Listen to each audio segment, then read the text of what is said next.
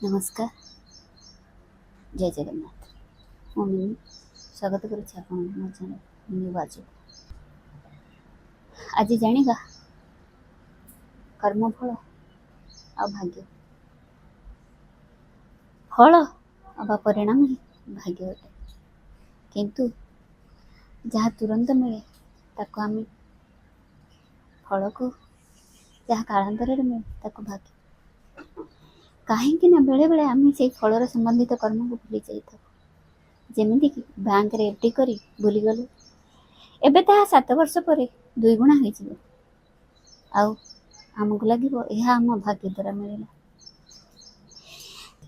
Actually ତାହା ଆମର ହିଁ ପୂର୍ବକୃତ, କିନ୍ତୁ ବିସ୍ମୃତ ହୋଇଯାଇଥିବା କର୍ମର ଫଳ।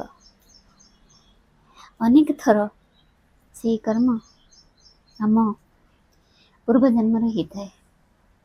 ତାହା ମୁଁ ଅବା ଆଉ କିଏ ଅନ୍ୟ ସାକ୍ଷୀ ସେହି କର୍ମରେ ଉପସ୍ଥିତ ନଥିବା ଦ୍ୱାରା ଆମେ ମାନୁ କି ଯାହା ଭାଗ୍ୟରେ ଥିଲା ତାହା ମିଳିଲା।